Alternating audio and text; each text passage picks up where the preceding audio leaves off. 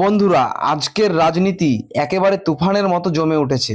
লোকসভায় ওয়াকফ বিল পাশ হওয়া নিয়ে সোনিয়া গান্ধীর এক মন্তব্য ঘিরে শুরু হয়েছে প্রবল বিতর্ক।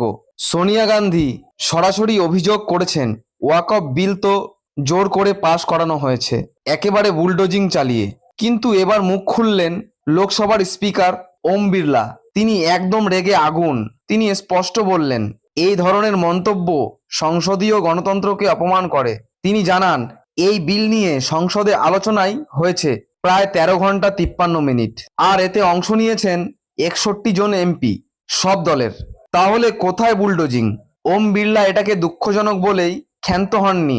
সরাসরি বলেন, একজন সিনিয়র কংগ্রেস নেত্রীর কাছ থেকে এমন মন্তব্য অত্যন্ত দুঃখজনক। বন্ধুরা, প্রশ্ন হচ্ছে, যখন সংসদে এত দীর্ঘ আলোচনা হয়েছে, সব দলের এমপিরা বক্তব্য রেখেছেন, তখন এই বুলডোজিং শব্দটা কি শুধুই রাজনৈতিক নাটক? আপনাদের কি মনে হয়? কমেন্টে জানাবেন।